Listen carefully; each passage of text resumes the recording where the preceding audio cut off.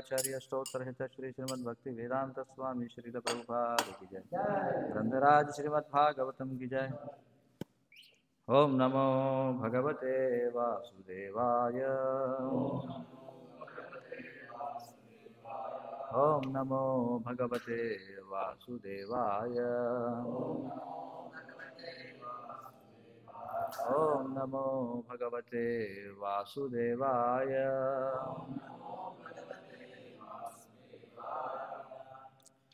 శ్రీమద్భాగవతం 3వ స్కందం 26వ అధ్యాయం 34వ శ్లోకం. భూతానాం ఛిద్రదాతృత్వం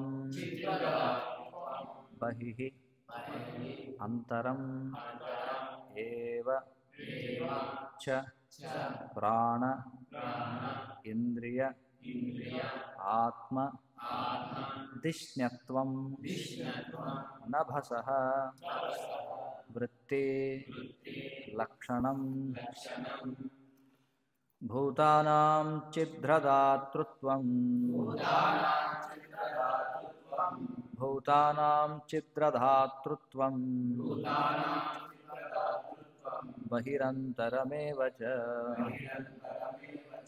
బహిరంతరమేవ చ ప్రాణేంద్రియాత్మదిష్ణ్యత్వం ప్రాణేంద్రియాత్మదిష్ణ్యత్వం నభసో వృత్తిలక్షణం నభసో వృత్తిలక్షణం. భూతానాం ఛిద్రదాతృత్వం బహిరంతరమేవ చ ప్రాణేంద్రియాత్మదిష్ణ్యత్వం నభసో వృత్తిలక్షణం.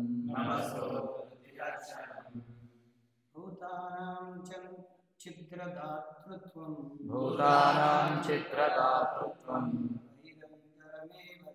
బహిరంతరమేవ చ ప్రాణేంద్రియాత్మదిష్ణ్యత్వం నభసో వృత్తిలక్షణం. భూతానాం ఛిద్రదాతృత్వం బహిరంతరమేవ ప్రాణేంద్రియాత్మదిష్ణ్యత్వం నభసో వృత్తిలక్షణం. భూతానాం ఛిద్రదాతృత్వం బహిరంతరమేవ చ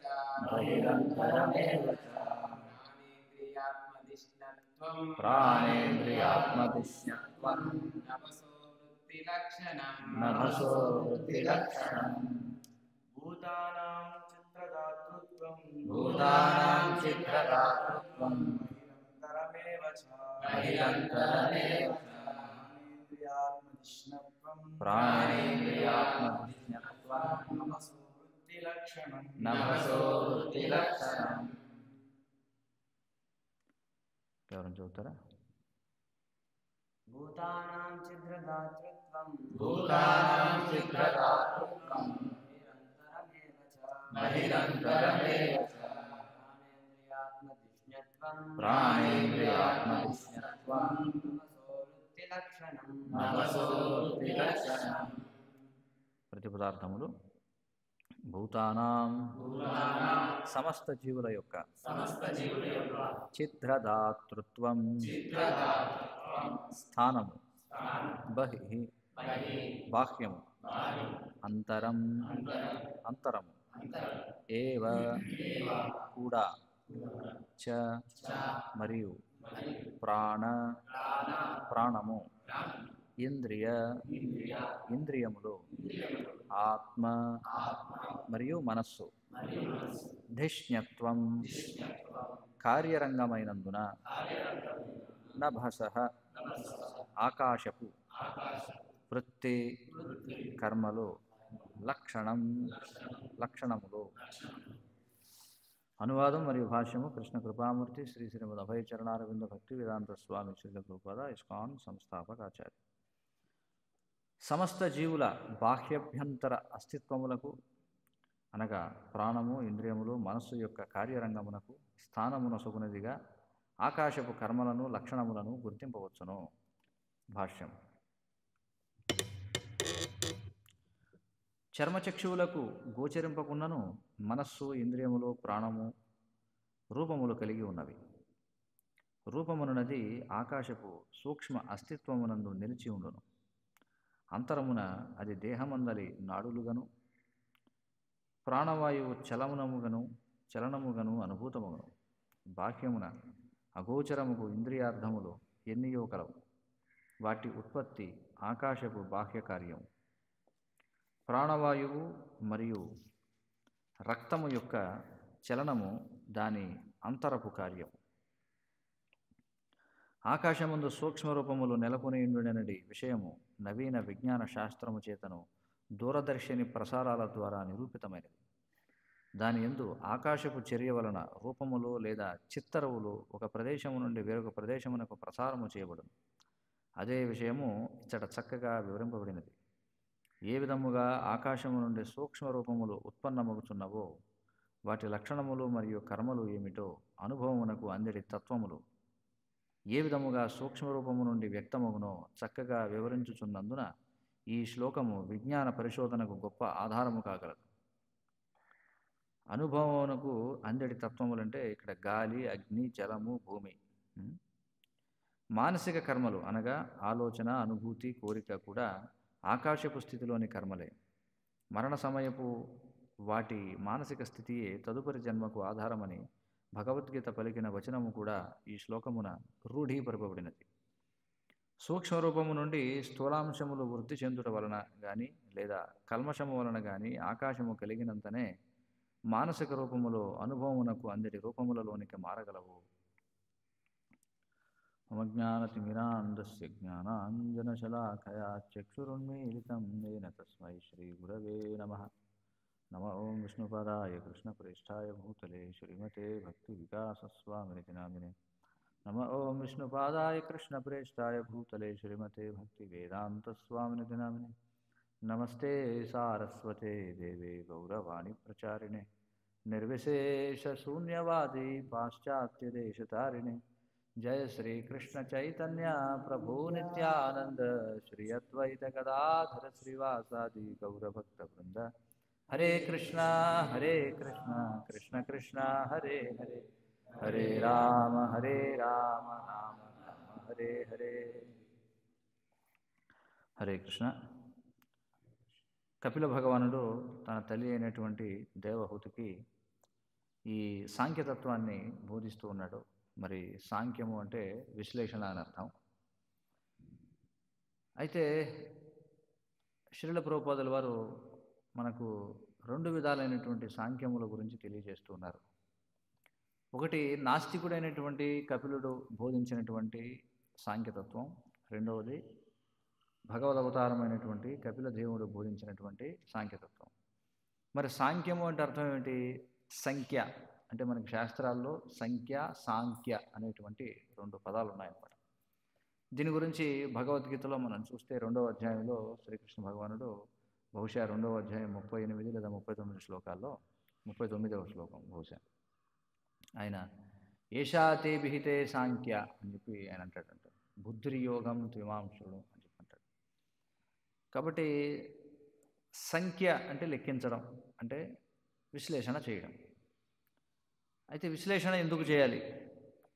మరి ఈ నాస్తికుడైనటువంటి కపిలుని యొక్క సాంఖ్యానికి, భగవంతుడైనటువంటి కపిల దేవుని యొక్క సాంఖ్యానికి మధ్య ఏమిటి వ్యత్యాసం? చెప్పగలరా ఎవరైనా? నాస్తిక కపిలుని యొక్క సిద్ధాంతానికి, కపిల దేవుని యొక్క సాంఖ్య సిద్ధాంతానికి ఏమిటి సంబంధం లేదా వ్యత్యాసం?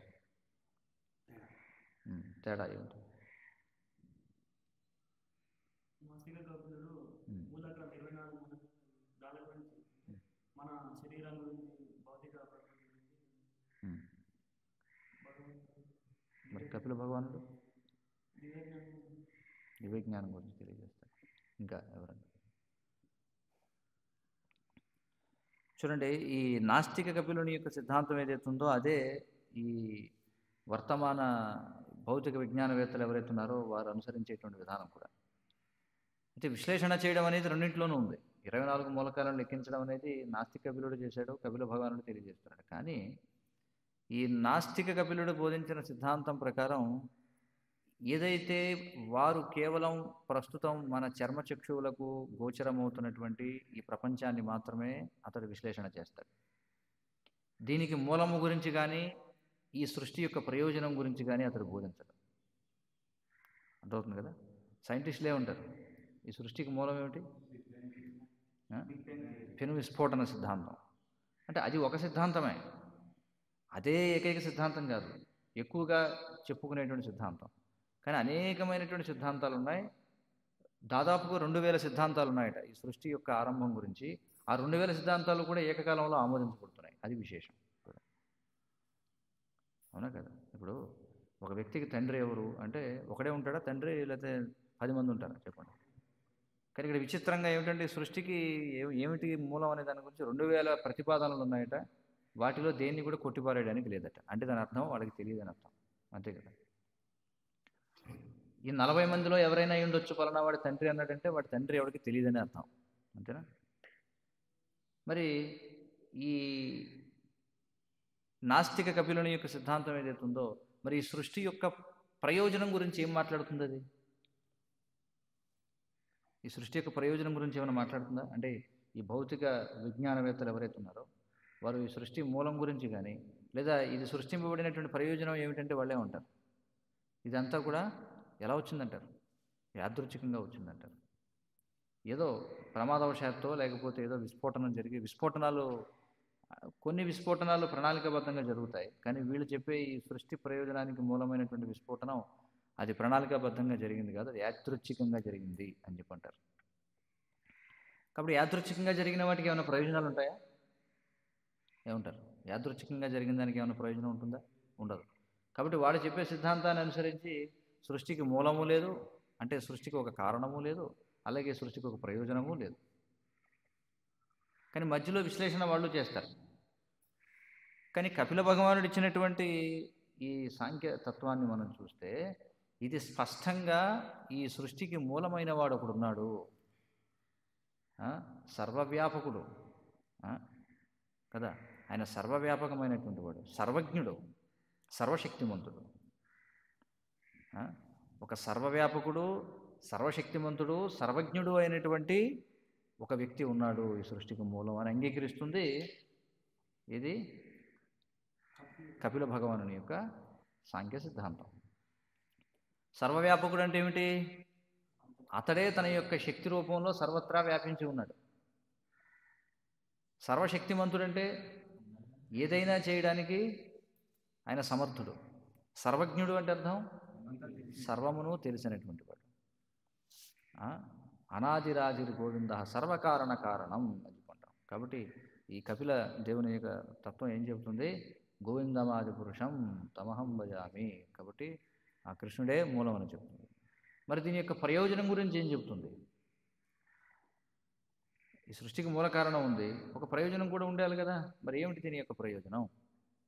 ఈ ప్రయోజనం ఏమిటి అంటే, ఈ భౌతిక సృష్టి అనే మాట వచ్చినప్పుడు మనం భౌతిక జగత్తు గురించి మాట్లాడుకుంటాం. ఎందుకంటే భౌతిక ప్రపంచం మాత్రమే మళ్ళీ మళ్ళీ సృష్టింపబడి మళ్ళీ మళ్ళీ లయం అవుతూ ఉంటుంది అనమాట. భూత్వా భూత్వా ప్రలీయతే అని చెప్పన్నాడు. ఎందుకంటే ఆధ్యాత్మిక జగత్తు సృష్టింపబడడం అనేది లేదు. సృష్టి అనే మాట వచ్చిందంటే అది భౌతిక జగత్తుకు సంబంధించిన విషయమై ఉండాలి. ఎందుకంటే ఆధ్యాత్మిక జగత్తు సృష్టింపబడదు, అది నిత్యమైనటువంటిది, శాశ్వతమైనటువంటిది, పరంధామం. మరి ఈ భౌతిక ప్రపంచం ఎందుకోసం సృష్టించబడింది?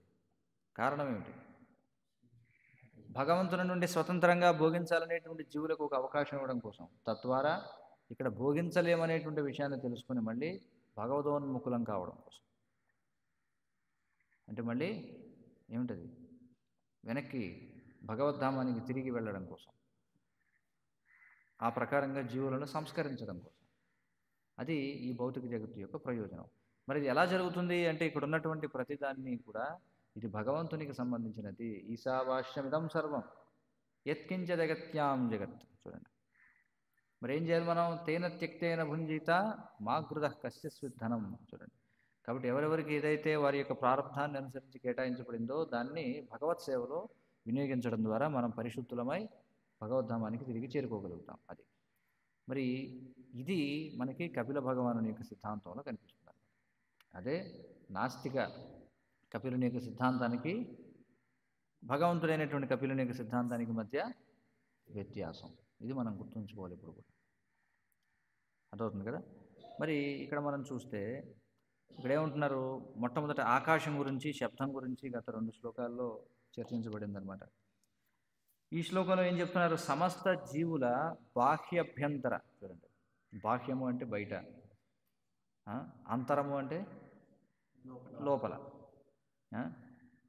బహిహి అంతరం అంటే లోపల బయట కూడా, లోపల బయట అస్తిత్వములకు అనగా ప్రాణము, ఇంద్రియములు, మనస్సు యొక్క కార్యరంగమునకు స్థానమును ఇచ్చేదిగా ఆకాశపు కర్మలను, లక్షణములను గుర్తించవచ్చును అని చెప్పంటున్నారు.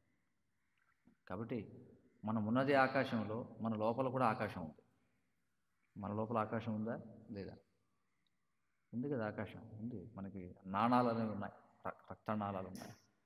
ఎక్కడెక్కడైతే లోపల మనకి ఖాళీ కనిపిస్తుందో అదంతా కూడా ఏమిటి? ఆకాశమే.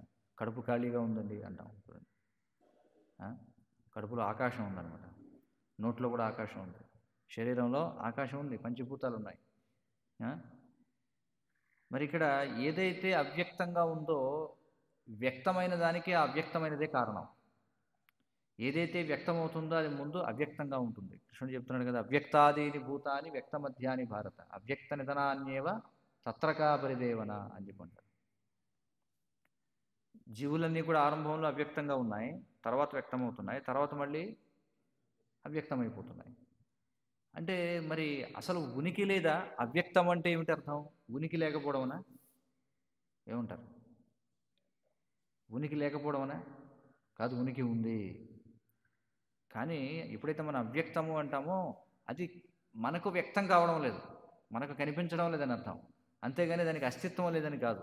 అంటే దానికి అస్తిత్వం ఉంది. ఎలా ఉంది? సూక్ష్మ రూపంలో ఉంది. కానీ ఆ సూక్ష్మ రూపాలు మనకు కనిపిస్తాయా? కనిపించవు. అదే ఇక్కడ చెప్తున్నారనమాట.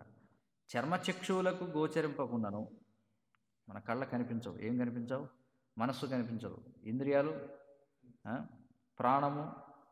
చూడండి, ఈ మనస్సు, ఇంద్రియములు, ప్రాణము అంటే జీవుడు రూపములు కలిగి ఉన్నాయి. ఇవన్నీ కూడా, వీటన్నిటికీ కూడా రూపం ఉందట. రూపం అనేది ఆకాశపు సూక్ష్మ అస్తిత్వమునందు నిలిచి ఉంటుంది. అది విషయం. ఏదైతే మన కంటికి కనిపిస్తుందో అది అంతకుముందే ఉంది. ఎలా ఉంది? ఎలా ఉందట? సూక్ష్మ అస్తిత్వంలో ఉంది. చూడండి, ఏదైనా ఒక మన మాట మాట్లాడుతున్నామంటే మనసా వాచా కర్మణ అని చెప్పుకుంటాం. మొట్టమొదట అది మనసులో ఉద్భవిస్తుంది, తర్వాత అది మాటల్లోకి వస్తుంది, తర్వాత చేతల్లోకి వస్తుంది. చూడండి, మనం సాధారణంగా కోపం అని అంటాం. అది కూడా 3 రకాలుగా ఉంది. ప్రతిదీ కోపం కాదు. మొట్టమొదట మానసికంగా ఉన్నటువంటి దాన్ని మను అని అంటారు. తర్వాత మాటల్లో వ్యక్తమయ్యేదాన్ని కోపం అంటారు. అంటే ముఖంలో కనిపించేదాన్ని కోపం అంటాం. మాటల్లో కనిపించేదాన్ని క్రోధం అంటాం. చూడండి, సాధారణంగా మనం కోపం, క్రోధం అనేస్తూ ఉంటాం, కానీ దానిలో తేడా ఉంది. సంస్కృతంలో ప్రతి శబ్దానికి కూడా ఒక ప్రత్యేకమైన అర్థం ఉంటుందన్నమాట. కాబట్టి మనకి ముందు ఎవరైనా ఒక వ్యక్తి పట్ల ముందు మనకి మనసులో కొంత విరుద్ధ భావం కలుగుతుంది. దాన్ని మను అంటారు. తర్వాత ముఖ కవళికల్లో అది కనిపిస్తుంది. అంటారు, ఏముంటారు అన్నట్టు, దాన్ని ఏమంటారు? అది కోపం అని చెప్పంటారు. ఎప్పుడైతే అది మాటల్లోకి వస్తుందో అప్పుడు దాన్ని ఏమంటారు? క్రోధాన్ని వెళ్ళబుచ్చేయడని చెప్పంటారు. మాటల్లో కావచ్చు, చేతల్లో కావచ్చు, అట్లా ఇట్లా. అంటే ఈ విధంగా ప్రతిదానికి కూడా ఒక సూక్ష్మ రూపం అనేది ఉంటుంది. ఆ సూక్ష్మ రూపాలన్నీ దేని యందు నిలిచి ఉంటాయి? ఆకాశంలో నిలిచి ఉంటాయి. అదే ఇక్కడ చెప్తున్నారు. ఇవన్నీ కూడా ఆకాశంలో అస్తిత్వాన్ని కలిగి ఉంటాయి. అంతరమున అంటే లోపల ఆకాశం ఎలా ఉంటుందట? దేహములోని నాడులుగాను ప్రాణవాయువు చలనముగాను అనుభూతమవుతుంది. ఎందుకంటే ఏదైనా జరగాలంటే ముందు ఖాళీ కావాలా లేదా? ఒక పెద్ద కార్యక్రమం చేయాలి. మనం కార్యక్రమం చేయాలంటే ఏం కావాలి? బహిరంగ ప్రదేశం, ఖాళీ ప్రదేశం కావాలి. కాబట్టి ఏదైనా ఒకటి అస్తిత్వంలో ఉంది అంటే అక్కడ ఆకాశం ఉందని అర్థం. ఆకాశం లేకుండా ఏది మనుగడలో లేదు. ఎందుకంటే ప్రతిదానికి అస్తిత్వం అనేది కావాలి అంటే ముందు ఆకాశంలోనే నిలిచి ఉండాలి. బయట కంటికి కనిపించినటువంటి ఇంద్రియార్థాలు ఎన్నో ఉన్నాయి. ఇంద్రియార్థాలు అంటే ఏమిటి? ఇంద్రియాల యొక్క ఆహారం. ఏ ఇంద్రియానికి ఏమిటి ఆహారం? కంటికి ఆహారం ఏమిటి? దృశ్యం. ముక్కుకి ఘ్రాణం, చెవికి శబ్దం, నాలుకకు రసనం, చర్మానికి స్పర్శ. ఇవన్నిటినీ వీటి గురించి మనం అనుభూతి చెందుతున్నామా లేదా? ఇప్పుడు మనం ఇక్కడ కూర్చొని ఉన్నాం. ఇప్పుడు నేను అంటాను, ఏమంటానంటే మేలుకోటై కొండ మీద నరసింహస్వామి ఆలయం అని చెప్పంటారు. వెంటనే మనకు అది అనుభూతం అవుతుందా లేదా? చూసిన వాడికి అనుభూతం అవుతుంది. అంటే అనుభూతం కలగగానే మనం సంతృప్తి చెందుతున్నామా లేదా? కానీ మనం చూసామా? మన ముందు ఉందా? అది లేదు. కానీ మనకి సంతృప్తి కలిగిందా లేదా? అలా చెప్పగానే అనుభవం. అంటే దాని అర్థం ఉందనే కదా అర్థం. అలాగే శబ్దం గురించి చెప్తాం. ఏమంటామంటే ప్రభుపాదుల వారి హరే కృష్ణ మహామంత్రం అంటాం. అనగానే అది విన్న వాళ్ళందరికీ ఏమవుతుంది? అనుభవం కలుగుతుంది. అవును. లేకపోతే మంచి రబడి అని చెప్పంటాం. రబడి అనగానే అందరికీ అనుభవం ఉంది. లేకపోతే సంపెంగ సుగంధం అని చెప్పండి, అనుభవం ఉందా లేదా?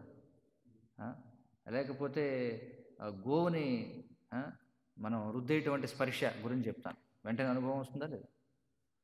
మరి ఇవన్నీ మన కళ్ళ ముందు ఉన్నాయా? లేదు. అంటే ఇవన్నీ ఎక్కడ ఉన్నాయి? ఆకాశంలో ఉన్నాయి, గాలిలో ఉన్నాయి. ఇవన్నీ అంటే ఉన్నాయి అవన్నీ. వాటి యొక్క ఉత్పత్తి ఆకాశపు బాహ్య కార్యమట. అవన్నీ కూడా ఉత్పత్తి అవ్వడం అనేది ఆకాశం యొక్క అంతఃకార్యము, బాహ్య కార్యము, 2 రకాలు ఉన్నాయి. ప్రాణవాయువు మరియు రక్తము యొక్క చలనము దాని అంతరపు కార్యము. అంటే ఇవన్నీ కూడా బయటికి వస్తువులు తయారవడం, ఉత్పత్తి అవ్వడం అనేది ఆకాశం యొక్క బయట పని అయితే, లోపల పని ఏమిటట? ప్రాణవాయువు మరియు రక్తం యొక్క చలనం. చూడండి, అందుకే మనకి నాడీ వైద్యం అనేది ఉందన్నమాట. చూడండి, రాబోయే వ్యాధి గురించి కూడా చెప్పేస్తారు వాళ్ళు, నాడీ వైద్యులు. ఇప్పటికే ఉన్నారు కదా కొంతమంది. వాళ్ళు ఏం చేస్తారు? మన యొక్క నాడి పట్టి, ఎందుకంటే నాడి అంటే ఏమిటిది? ఆకాశతత్వం అనమాట. కాబట్టి దాన్ని బట్టి వాళ్ళు చెప్పేయగలరు, వాళ్ళకి ఆ విద్య తెలుసు. వీడికి ఏ జబ్బులు ఉన్నాయి, లేదా ఏ జబ్బులు రాబోతున్నాయి, ఏమిటి అన్నీ కూడా చెప్పగలరు. ఆకాశమందు సూక్ష్మ రూపములు నెలకొని ఉండుననే విషయం నవీన విజ్ఞాన శాస్త్రము చేతను దూరదర్శిని ప్రసారాల ద్వారా నిరూపితమైనది. దూరదర్శన్ అంటే ఏమిటి? టెలివిజన్. దాన్నే దూరదర్శిని అని చెప్పంటాం. అంటే ఎక్కడో దూరంగా జరిగినటువంటివి, జరుగుతున్నటువంటివి, వాటిని మనం ఇక్కడ మన గృహంలో కూర్చొని ఒక టీవీలో మనం చూడగలుగుతున్నాం కదా. మరి ఇవన్నీ అక్కడి నుంచి ఇక్కడికి ఎలా వస్తున్నాయి? ఆకాశం ద్వారానే కదా వస్తున్నాయి. అయితే పూర్వం వీటి గురించి టెలిపతి అని, ఆకాశిక్ రికార్డ్స్ అని కొన్ని రకాల కొన్ని యోగ విధానాలు ఉండేవన్నమాట, కొన్ని యోగ సిద్ధులు అనమాట. అంటే ఏమిటంటే ఎక్కడో ఉన్నటువంటి ఒక వ్యక్తికి ఇక్కడ కూర్చొని మనం వాడికి ఆ సందేశాన్ని తెలియజేయడం, లేదా ఏదో ఒక సందేశం పంపించడం అనేది ఒకప్పుడు ఒక యోగ సిద్ధి ఉండేదన్నమాట. కానీ ఇప్పుడు దాని అవసరం లేదు. ఎందుకని ఇప్పుడు సెల్ ఫోన్ వచ్చేసింది, టీవీ వచ్చేసింది, ఇవన్నీ కూడా వచ్చేసాయి. అందుకే ఆచార్యులు ఏమంటారంటే ఈ అష్టసిద్ధుల కోసం ఇంకా ప్రయత్నించాల్సిన అవసరం లేదు. ఎందుకంటే వాటిని ఏం చేశారు భౌతిక విజ్ఞానవేత్తలు, వాటిని యాంత్రికంగా వారు తీసుకొచ్చారు స్థూలంగా కదా. ఇప్పుడు ఒక మనిషి గాలిలో ఎగరాలంటే ఎలా, పూర్వం మనం చూస్తే అది ఒక సిద్ధి ఉండేదన్నమాట, లఘిమ. అంటే వాడు ఏం చేస్తాడు, దూది పింజిలాగా తేలిగ్గా అయిపోతాడు, అలా ఆకాశంలో ఎగరగలడు. చూడండి, ఇప్పుడు ఒకడేమిటి ఏకంగా 750 మంది ఒకేసారి ఆకాశంలో ఎగురుతున్నారు. బోయింగ్ 750 ఏదో ఉంది విమానం, ఏదో మొత్తానికి. అందులో ఒక చిన్న చిన్న ఊళ్ళల్లో 500 మంది 700 మంది ఉంటారు. అంటే ఒక ఊరు వెళ్ళిపోవచ్చు అనమాట, ఎగురుకుంటారు. కాబట్టి మళ్ళీ కష్టపడి ఆ సిద్ధి కోసం ప్రయత్నించాల్సిన అవసరం ఉందా? లేదు. లేకపోతే ఇక్కడ చెప్పారు ఏమిటంటే ఎక్కడో దూరాన్న ఉన్నటువంటి విషయాన్ని తెలుసుకునేటువంటిది తెలుసుకుంటున్నాం ఇప్పుడు దాన్ని స్థూలంగా ఎలా, కెమెరాల ద్వారా సీసీ కెమెరాలు పెడుతున్నాం, లేకపోతే ఇవన్నీ వచ్చేస్తున్నాయి కదా. కాబట్టి ఇక్కడ ఏమంటున్నారంటే ఆకాశపు చర్య వలన రూపములు లేదా చిత్తరువులు ఒక ప్రదేశము నుండి వేరొక ప్రదేశమునకు ప్రసారము చేయబడును. ఇప్పుడు జరుగుతుంది కదా అది. అదే విషయం ఇక్కడ చక్కగా వివరింపబడినది. ఇది ముందే ఇక్కడ చెప్పారని చెప్పుకుంటున్నారు ఈ శ్లోకంలో. ఏం చెప్పారు? సమస్త జీవుల బాహ్య అభ్యంతర అస్తిత్వములకు అనగా ప్రాణము, ఇంద్రియములు, మనస్సు యొక్క కార్యరంగమునకు స్థానము నొసగునదిగా ఆకాశపు కర్మలను లక్షణములను గుర్తింపవచ్చును అని చెప్పారు. కాబట్టి ఇది సూచన చేస్తుంది అని చెప్పంటున్నారు. ఇది నిరూపితమైంది కూడా. ఏ విధంగా ఆకాశం నుండి సూక్ష్మ రూపాలు ఉత్పన్నమవుతున్నాయో వాటి లక్షణాలు మరియు కర్మలు ఏమిటో, అనుభవానికి అందే తత్వాలు ఏ విధంగా సూక్ష్మ రూపం నుండి వ్యక్తమవుతున్నాయో చక్కగా వివరిస్తుంది. కాబట్టి ఈ శ్లోకం విజ్ఞాన పరిశోధనకు గొప్ప ఆధారం కాగలదని చెప్పుకుంటున్నారు. దీని మీద ఎంతో పరిశోధన చేయవచ్చు ఇక్కడ చెప్పినటువంటి దాన్ని బట్టి అంటున్నారు. అంటే ఏ విధంగా అవ్యక్తం నుండి వ్యక్తం కనిపిస్తుంది మనకి. చాలా ఆశ్చర్యకరమైనటువంటి విషయం, అంతేనే కదా. మనం ఎవరైనా ఒక వ్యక్తి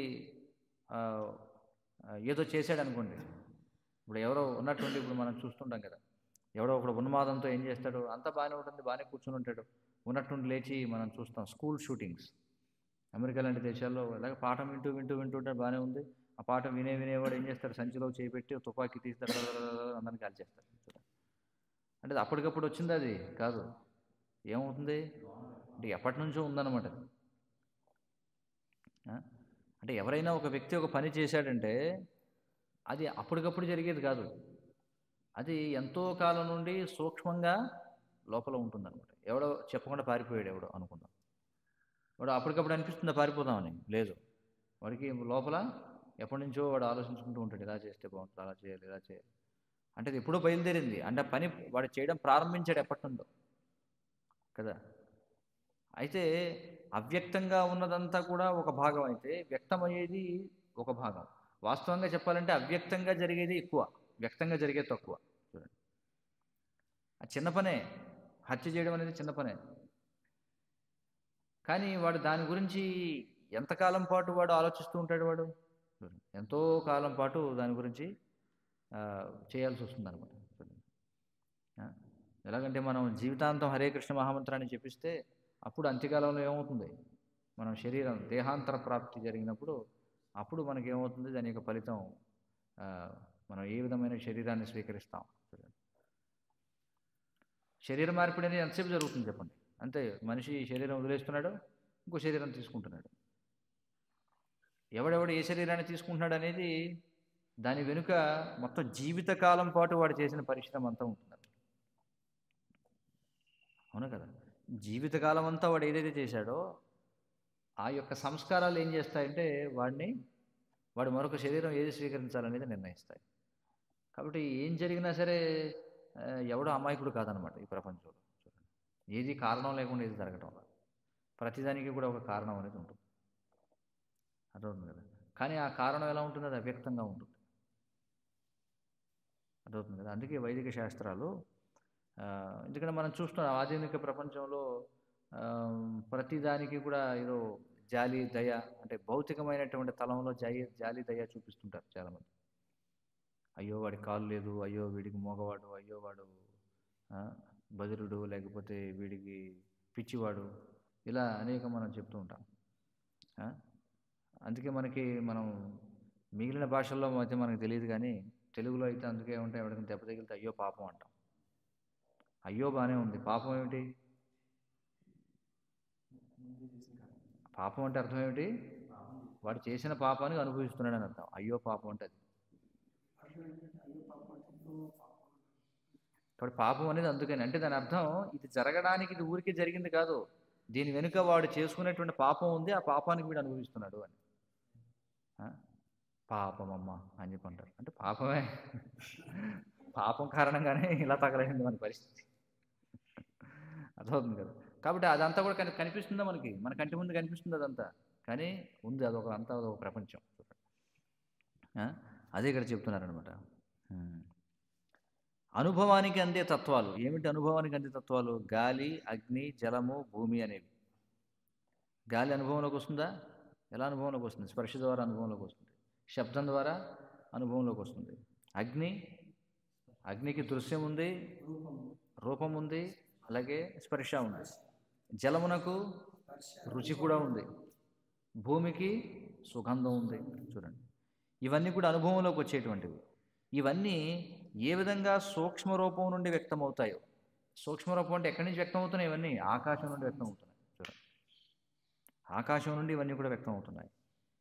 మరి వాటి గురించి చక్కగా వివరిస్తుంది. కాబట్టి ఈ శ్లోకం ఏమంటారంటే విజ్ఞాన పరిశోధనకు గొప్ప ఆధారం కాగలదట ఈ శ్లోకం. చూడండి,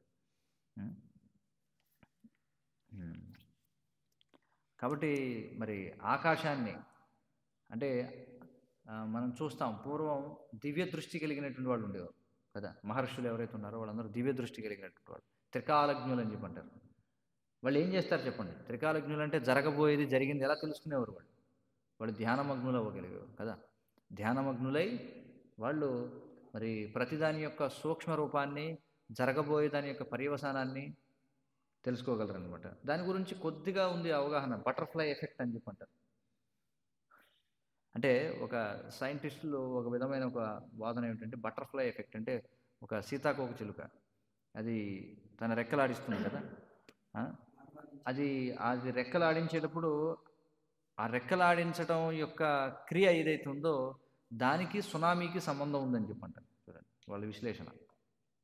బటర్ఫ్లై ఎఫెక్ట్ అంటే ఇక్కడ ఉద్దేశం ఏంటంటే ప్రతిదీ మరొక దానిపై ఎలా ఆధారపడి ఉందా లేదా? మన యొక్క మనుగడ, మన స్వతంత్రులం, మనమంతా పరతంత్రులం. మనం ఎన్నో విషయాలపై మనం ఆధారపడి ఉన్నాం లేదా? మనందరం కూడా ఆధారపడిన వాళ్ళం, పరతంత్రులం మనం అందరం కూడా. మనందరం నియంత్రించబడుతున్నటువంటి వాళ్ళు. కాబట్టి ఈ సృష్టిలో జరిగే ప్రతిదానికి మరొక దానిపై ప్రభావం అనేది ఉంటుందన్నమాట. కాబట్టి ఆ ప్రభావాన్ని ఋషులైనటువంటి వాళ్ళు ఎవరైతే ఉన్నారో వాళ్ళు పసిగట్టగలరు అనమాట. చూడండి, అందుకే వాళ్ళు ధ్యానమగ్నులై జరిగింది ఏమిటో, జరగబోయేది ఏమిటో వాళ్ళు దివ్య దృష్టితో చూడడం అంటే అదే. దివ్య దృష్టి అంటే ఏమిటి అర్థం? కంటికి కనిపించినదంతా దివ్యం. చూడండి, అంటే దివ్యం అనే శబ్దాన్ని రెండు సందర్భాల్లో వాడుతుంటారు. ఇప్పుడు దేవతలు అంటే అర్థం ఏమిటి? దివ్యమైన వాళ్ళు అని ఒక అర్థం. కానీ దివ్యము అంటే ఆధ్యాత్మికమైనదని మరొక అర్థం ఉంది. ఉన్నతమైన అర్థం ఏంటంటే ఆధ్యాత్మికమైనదని అర్థం. సాధారణంగా దివ్యమైనది అంటే ఉన్నతమైనది అని అర్థం. కాబట్టి దివ్య దృష్టి అంటే ఏమిటి? ఉన్నతమైన దృష్టి. అంటే మనం కేవలం చర్మచక్షువులతో భౌతికమైనవి మాత్రమే చూడగలం. కానీ భౌతికమైనవి స్థూలంగానూ ఉన్నాయి, సూక్ష్మంగానూ ఉన్నాయి. అంటే మనసు, బుద్ధి, అహంకారం కనిపిస్తాయి కంటికి? లేదు. కానీ వాటిని కూడా దర్శించగలిగిన వాళ్ళు ఉన్నారు. చూడండి, మనసు, బుద్ధి, అహంకారాన్ని కూడా. సో వాటి యొక్క రూపాలను కూడా వాళ్ళు పసిగట్టి దానిని బట్టి వాళ్ళు చెప్పగలరు అనమాట. కానీ సాధారణమైనటువంటి మనం కేవలం కంటికి కనిపించేవే చూడగలుగుతాం. అర్థమవుతుంది కదా. మానసిక కర్మలు అంటే ఏమిటి? ఆలోచన, అనుభూతి, కోరిక. మనసు చేసే 3 పనులు ఏమిటి? ఆలోచించడం, అనుభూతి చెందడం, సంకల్పించడం అంటే కోరుకోవడం. అవి కూడా ఆకాశపు స్థితిలోని కర్మలే. అవి కూడా ఆకాశపు స్థితిలోని కర్మలేనంట. ఇవన్నీ ఎక్కడ జరుగుతున్నాయి? గాలిలో జరుగుతున్నాయి అంటాం, అంటే ఆకాశంలో జరుగుతున్నాయి ఇవన్నీ. ఆ? అందుకే ఒక రష్యన్ వైజ్ఞానికుడు కిర్లియన్ అనేటువంటి అతను ఒక యంత్రాన్ని తీసుకొచ్చాడనమాట. కిర్లియన్ ఫోటోగ్రఫీ అంటారు. ఆ? ఈ కిర్లియన్ ఫోటోగ్రఫీ అనే దానితో అతడు ఏం చేశాడంటే, ఒక మనిషిని ఫోటో తీస్తే వాడి చుట్టూ రకరకాల రంగుల్లో వెలుగు కనిపిస్తూ ఉంటుందన్నమాట. ఆ రంగుని బట్టి దాన్నే ఆరా అని చెప్పంటారు.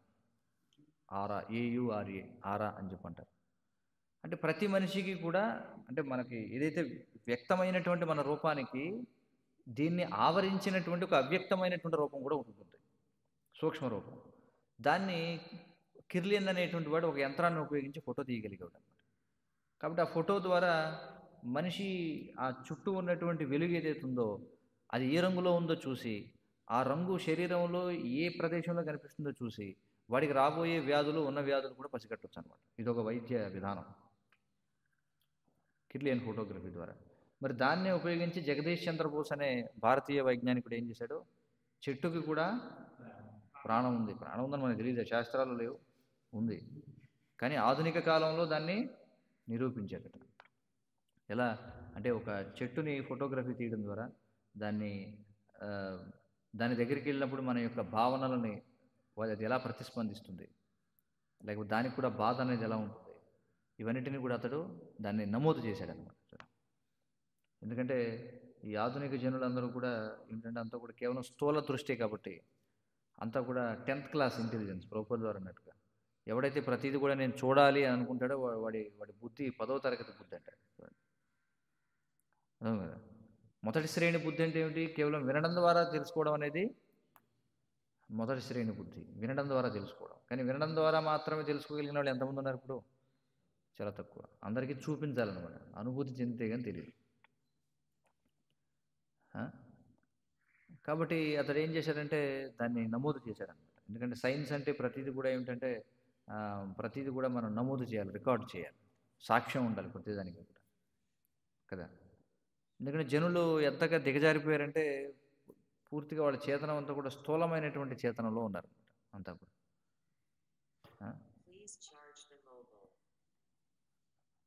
కాబట్టి ఎంతగా అయితే మనం ఆహార నిద్ర భయమైదనాల్లో మునిగిపోయి ఉంటామో అంతగా మనం కేవలం స్థూలమైన వాటిని గ్రహించగలుగుతాం, సూక్ష్మమైనటువంటి వాటిని గ్రహించలేం. అందుకే ఆధునిక యుగంలో మనం చూస్తే ఈ ఆధ్యాత్మిక జీవితం గురించి, ఆధ్యాత్మిక జ్ఞానం గురించి ప్రచారం చేయడం చాలా కష్టం అన్నమాట. ఎందుకని జనులు ఎంతగానో పశువుల్లా మారిపోయి ఉన్నారు కాబట్టి. ఆహార నిద్ర భయమైదనాల్లో ఎంత లోతుగా కూరుకుపోతే వాడికి ఆత్మకు సంబంధించి అర్థం చేసుకోవడం అంత కష్టం. చూడండి, అదే విషయాన్ని భగవద్గీతలో కృష్ణుడు కూడా చెప్తున్నాడు కదా, ఆశ్చర్యవత్ పశ్చతి కశ్చిదేనం. చూడండి, కొంతమంది ఆశ్చర్యంగా చూస్తారట, కొంతమంది ఆశ్చర్యంగా వింటారు, కొంతమందికి చూసినా విన్నా కూడా ఏం అర్థం కాదని అన్నాడు కృష్ణుడు. ఆత్మ గురించి అర్థం చేసుకోవడం పెద్ద కష్టం ఏముంది చెప్పండి? ఏమైనా కష్టం ఉంది అందులో? చాలా సులభంగా అర్థమవుతుంది. మనం ఈ శరీరం వేరు, ఆత్మ వేరు, అలాగే పరమాత్మ అనేవాడు ఒకడు ఉన్నాడు, 3 ఉన్నాయి ఇందులో. ఏమిటిది? భౌతిక పదార్థం ఉంది, ఆత్మ, పరమాత్మ, ముగ్గురు ఉన్నారు. ఇది అర్థం చేసుకోవడం సులభం, కానీ ఇది అర్థం కాని వాళ్ళు ప్రపంచంలో ఎక్కువ శాతం మంది వాళ్ళే. కారణం ఎందుకంటే ఈ పశు ప్రవృత్తుల్లో మునిగిపోయి ఉండడం వల్ల. కాబట్టి అలాంటి వాళ్ళకి ఏంటంటే ప్రతిదీ వాళ్ళు వినాలి, లేదా చూడాలి, లేదా రుచి చూడాలి, లేకపోతే ముట్టుకోవాలి, ఇలా ఆలోచిస్తుంటారు అనమాట. కానీ మనం చూస్తే భౌతిక తలంలోనే మనం ముట్టుకోలేనివి, మనం చూడలేనివి, మనం రుచి చూడలేనివి అనేకమైనవి ఉన్నాయి. ఉందా లేదా? వైఫై సిగ్నల్ ఉందో లేదో వాసన చూసి చెప్పగలరా ఎవరైనా ఇక్కడ? సాధ్యమవుతుందా? లేదు కదా, లేదు. కానీ దాన్ని మనం అంగీకరిస్తున్నాం. ఎలా అంటే దానికి ఒక విధానం ఉంది, దానికి ఒక పరికరం కావాలి. ఆ పరికరం ఉంటే అప్పుడు అది తెలుస్తుంది, అది ఉందా లేదా అనేది. మరణ సమయపు వాటి మానసిక స్థితియే తదుపరి జన్మకు ఆధారమని భగవద్గీత పలికిన వచనము కూడా ఈ శ్లోకంలో రూఢీపరపబడింది అని చెప్పుకుంటున్నారు. ఇందాక మనం చెప్పుకున్నాం, ఏముంటుంది? మరణ సమయపు ఆకాశ స్థితి. మనకి శాస్త్రాలు ఏం చెప్తున్నాయి? ఒక మనిషి మరణించే సమయంలో వాడి జీవితం అంతా కూడా వాడి సినిమా వాడికి కనిపిస్తుంది అనమాట. చూడండి, రూపంలో అంటే రీల్ తిరుగుతున్నట్టుగా 24 ఫ్రేమ్స్ రీల్ తిప్పుతారు కదా, అలాగే మరణించబోయే ముందు వాడి జీవితం అంతా ఒక సినిమాలాగా కదులుతున్నట్టు వాడి ముందు. అర్థమవుతుంది కదా. కాబట్టి ఆ సమయంలో వాడి యొక్క మానసిక స్థితి ఎలా ఉంటుందో, ఎం వాపి స్మరణ్ భావం త్యజత్యంతే కలేవరం తం తమేవైతే కౌంతయ సదా తద్భావిత అని చెప్పుకుంటున్నాడు.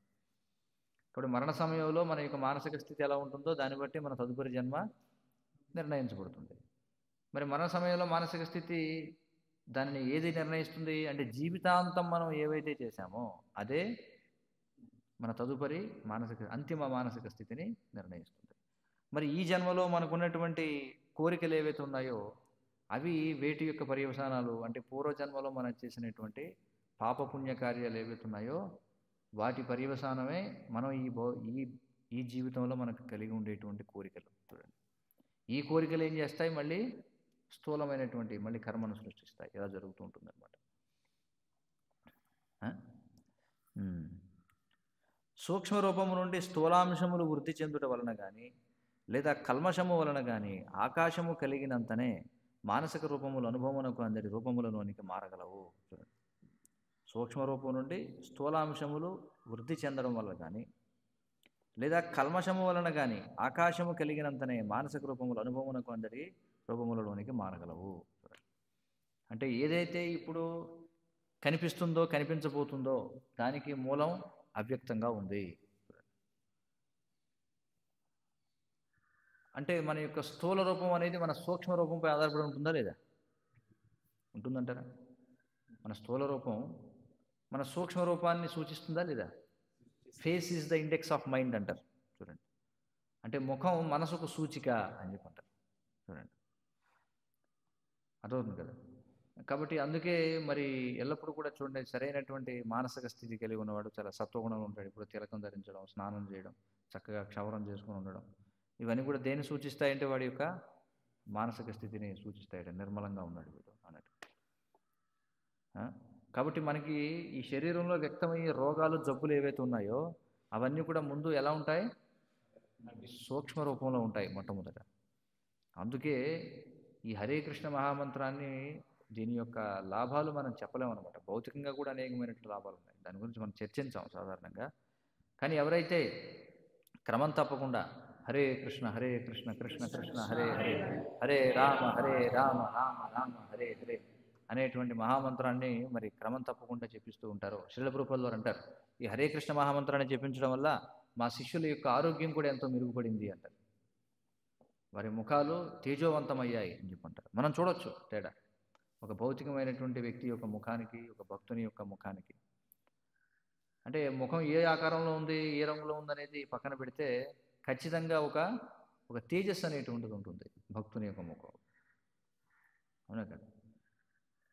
కాబట్టి హరే కృష్ణ మహామంత్రం అనేది దీని యొక్క శక్తి అసలు మనం అంచనా వేయలేమన్నమాట, ఎందుకంటే దివ్యమైనటువంటిది. కాబట్టి ఎప్పుడైతే మన యొక్క సూక్ష్మ దేహాన్ని, అంటే మన యొక్క మనస్సు అంటే అర్థం ఏమిటి అంటే, మంత్రము అంటే అర్థం ఏమిటి? మనః ఇతి త్రాయతే ఇది మంత్ర. మనసుని భౌతిక బంధనాల నుంచి ఉద్ధరించేదాన్ని ఏమంటాం? మంత్రము అని చెప్పంటాం. కాబట్టి మంత్రాన్ని జపించడం వల్ల ముందు మనసు శుద్ధి అవుతుంది. మనసు అంటే సూక్ష్మ శరీరం. ఎప్పుడైతే సూక్ష్మ శరీరం శుద్ధి అవుతుందో అప్పుడు ఏమవుతుంది? స్థూల దేహం కూడా శుద్ధి అవుతుంది. అంతేనా కదా. అందుకే మరి చూస్తే మరి ఎవరైతే సన్యాసులైనటువంటి వాళ్ళు ఉన్నారో వారి యొక్క దేహాన్ని కాల్చరనమాట. ఏం చేస్తారు? దాన్ని ఖననం చేస్తారు, పూడ్చిపెడతారనమాట. అంటే దాని అర్థం దానివల్ల ఎలాంటి కల్మషం లేదనమాట. ఎందుకంటే అతడు మనస వాచ కర్మణ త్రిదండాన్ని పట్టుకుంటాం. అంటే ఏమిటి? మనస వాచ కర్మణ నేను పూర్తిగా భగవంతునికి శరణాగతుడనై ఉన్నాను అనే దానికి సూచన దండం. అంటే వాడు అర్థం, సన్యాసి అంటే వాడు మనస కర్మణ వాచ పూర్తిగా పవిత్రుడై ఉన్నాడు అనమాట. లేదంటే ఇతరుల యొక్క దేహాన్ని ఎందుకు మనం కాల్చుతామని చెప్పండి? కారణం మనలో మాలిన్యం అనేది ఉంది కాబట్టి. మాలిన్యం అనేది ఉంది కాబట్టి అది శుద్ధి చేయాలి. అందుకే దహన సంస్కారం అని చెప్పంటారు. చూడండి, దహన సంస్కారం అంటే ఏమిటి? దహించడం ద్వారా ఏమవుతుంది? వాడి వల్ల ఇంకెలాంటి కల్మషం ఇక్కడ ఉండకుండా పోతుంది అనమాట. దహన సంస్కారం అంటాం. కానీ కొన్ని మత విధానాల్లో మనం చూస్తుంటాం, పూడ్చిపెడుతుంటారు. అంటే వాళ్ళ ఉద్దేశం ఏంటంటే, ఇంక వాడు ఒకసారి నమ్మి బాప్తిస్మము స్వీకరించాడంటే వాడు ఇంక పూర్తిగా పవిత్రుడైపోయినట్టే లెక్క. కాబట్టి వాడి వల్ల ఎలాంటి నష్టం లేదని చెప్పంటారు. కానీ ఇప్పుడు విదేశాల్లో కూడా వాళ్ళు ఏం చేస్తున్నారంటే పూడ్చని పెట్టల, ఎక్కడైతే దేశమంతా మహమ్మదీయులు క్రైస్తవులు ఉన్న దేశాల్లో ఖననం చేయడానికి ప్రదేశాలు లేవు. అందుకే వాళ్ళు ఏం చేస్తున్నారంటే బూడిద చేసి ఆ బూడిదని పాతి పెట్టుకోమంటున్నారు. చూడండి, ఇప్పటికే కొన్ని దేశాల్లో అదే విధానం. నేరుగా శరీరాన్ని పాతి పెడతానంటే కుదరదు. బూడిద చేసి ఆ బూడిదని నువ్వు తీసుకెళ్ళి నీ ఇంటి పెరట్లో ఎక్కడన్నా పాతుకో, లేకపోతే మొత్తం దేశమంతా పండ్ల తోటలు పూల తోటలు మానేసి సమాధుల తోటలతో నిండిపోతాను. చూస్తున్నాం కదా ఇప్పటికి. కాబట్టి ఇది ఆచరణాత్మకమైనటువంటిది. అందుకే మరి హరే కృష్ణ మహామంత్రాన్ని జపించడం వల్ల ఏమవుతుందంటే మన మనసు శుద్ధి అవుతుంది. ఎప్పుడైతే మనసు శుద్ధి అవుతుందో అప్పుడు ఆరోగ్యం కూడా మెరుగుపడుతుంది. అందుకే చెప్తారు ఏమిటంటే ఎవరైతే మరి విధి నియమాలను ఖచ్చితంగా పాటిస్తూ ప్రతిరోజు కూడా ఈ హరే కృష్ణ మహామంత్రాన్ని జపించే వాళ్ళకి చిన్న చిన్న అంటే మాటి మాటికి ఏదో ఒక శారీరకమైనటువంటి ఇబ్బంది రాకూడదన్నమాట. ఒక విధంగా చూస్తే సరే, మనం పూర్వం చేసినటువంటి పాపాన్ని బట్టి కొన్ని దీర్ఘకాలిక వ్యాధులు ఉంటాయి. కాబట్టి ఆచార్యులు ఏమంటారంటే ఈ దీర్ఘకాలిక వ్యాధులన్నీ కూడా పూర్వజన్మలో మనం చేసిన పాపానికి సంకేతాలు అనమాట. కానీ ఎవరైతే మరి విధి నియమాలను అనుసరించి చక్కటి ఆధ్యాత్మిక జీవనాన్ని గడుపుతాడో మరి అలాంటి వాటికి చీటికి మాటికి ఏదో ఒక వ్యాధి రావడం అలాంటివి ఉండకూడదు. అలా ఉంది అంటే మనం సరిగా సాధన చేయడం లేదని అర్థమవుతుంది కదా. అంటే ఇక్కడ సూచన ఏమిటంటే చేసేది ఖచ్చితంగా వాడి యొక్క ఆరోగ్యం కూడా మెరుగుపడుతుంది ఎవరైతే సరైనటువంటి ఆధ్యాత్మిక జీవనం. ఎందుకంటే ఆరోగ్యం సరిగా లేకపోతే చూడండి, సాధారణంగా మనం చూసేది ఏమిటంటే ఎవరికైతే ఆరోగ్య సమస్యలు ఉంటాయో వాడు సరిగా సాధన చేయలేడు. సరిగా సాధన చేయలేని వాడికి ఆరోగ్యం అలాగే ఉంటుంది. ఒకదానికి ఒకటి సమస్య అర్థమవుతుంది కదా. అందుకే ఆరోగ్యం అనేది చాలా ముఖ్యం. కానీ మొదటి నుంచి వాడికి అనారోగ్యం ఉంది అంటే ఇంక వాడు పూర్వజన్మలో పాపకృత్యాలు చేసినట్టే. దానివల్ల సరిగా సాధన చేయలేం. సరిగా సాధన చేయలేకపోతే ఏమవుతుంది? ముఖ్యంగా అందుకే బ్రహ్మ ముహూర్త సమయంలో కానీ సంధ్యా సమయాల్లో కానీ నిద్రపోవడం అనేది చాలా చాలా మంచిది కాదనమాట, చెడ్డదనమాట. ముఖ్యంగా ఎవరైతే ఏదో ఒక వ్యాధి ఉండడం చేత బ్రహ్మ ముహూర్త సమయంలో నిద్రించాల్సి వస్తుందో, అంటే ఎక్కువ కాలం పడి ఇంకా దీర్ఘకాలిక వ్యాధులు ఉన్నవాడు ఉంటారు కొంతమంది, వాళ్ళు చాలా కష్టమైపోతుంది అనమాట. సాధారణంగా ఆయుర్వేదం ప్రకారం విధానం ఏమిటంటే సూర్యోదయ సమయానికి నిద్రించేవాడు రోగాల బారిన పడతాడు. అది శబ్దం మోగింది ఏదో, అది బల్లి కాదు కానీ అర్థమవుతుంది కదా. కాబట్టి సూర్యోదయ సమయానికి నిద్రించడం అనేది సైంటిస్టులు కూడా ఒప్పుకుంటున్నారు దాని గురించి, అది అనారోగ్యకారకం అని. కాబట్టి ఎవరైతే బ్రహ్మముహూర్తంలో వారు మేల్కొంటారో, బ్రహ్మముహూర్తంలో అసలు ఆధ్యాత్మిక కార్యాలు చేస్తారో వారికి సాధారణంగా చిన్న చిన్న అంటే ఎక్కువగా ఆరోగ్య సమస్యలు అనేవి ఉండవు అనమాట. అందుకే చాలా ముఖ్యం. ఏమవుతుంది, ఆరోగ్య సమస్యలు ఉన్నాయనుకోండి మనకి చాలా ముఖ్యమైనటువంటి సాధన బ్రహ్మముహూర్త సమయంలో నిద్రపోతాం. నిద్రపోయిన వాడికి మళ్ళీ ఆరోగ్యం అలాగే ఉంటుంది. మళ్ళీ ఆరోగ్యం అలా ఉంటే మళ్ళీ ఇంక వాడు ఏం సాధన చేయలేదు. చూడండి ఇప్పుడు ఏమిటి ప్రయోజనం చెప్పండి. కాబట్టి ఆరోగ్యం అనేది మరి అలాంటి సమస్యలు ఉన్నవాళ్ళు ఏం చేయాలి, ఆరోగ్యాన్ని చాలా జాగ్రత్తగా చూసుకుంటూ దానికి ఏం కావాలి ముందు ఆరోగ్యాన్ని మెరుగుపరచుకోవాలి. ముందు ఆరోగ్యం తర్వాత ఏదైనా సరే, అంతే కదా. ఆరోగ్యం ఉంటేనే కదా మనం జపం చేయగలం. మరి అది బాగుండాలంటే మన సాధన బాగుండాలి, ఒకదానికి ఒకటి సంబంధం ఉంది. కాబట్టి ఇవన్నీ కూడా అందుకే చాలా ముఖ్యం. అందుకే చెప్తాం బ్రహ్మముహూర్త సమయంలో మనం ఏదో ఒక విధంగా మనం జాగరూకంగా ఉండాలి. అప్పుడు మనం రోజంతా కూడా చాలా చక్కగా ఉంటుంది. మనకి అనుభవంలో ఉన్న విషయం, బ్రహ్మముహూర్తంలో మనం చక్కగా ఉదయాన్నే ఎక్కువగా మనం జపం పూర్తి చేసుకున్నట్లయితే మరి ఆ రోజంతా ఎలా ఉంటుంది, మనకి నిర్మలంగా ఉంటుంది. అన్ని పనులు మనస్ఫూర్తిగా మనం చేయగలుగుతాం. లేదా ఇంకా జపం అలా ఉండిపోయింది అనుకోండి, అది ఉంటుంది మనసులో, అరే జపం ఉండిపోయింది, ఏ పని వాడు సరిగ్గా చేయలేడు, జపం చేయాలమ్మో జపం చేయాలమ్మో జపం చేయాలి. అలాగని జపం కూడా సరిగ్గా చేయలేడు, సాయంత్రం ఎలా చేస్తాం, కష్టం. హరే కృష్ణ. ఏమైనా ప్రశ్నలు సూచనలు ఉంటే చెప్పండి.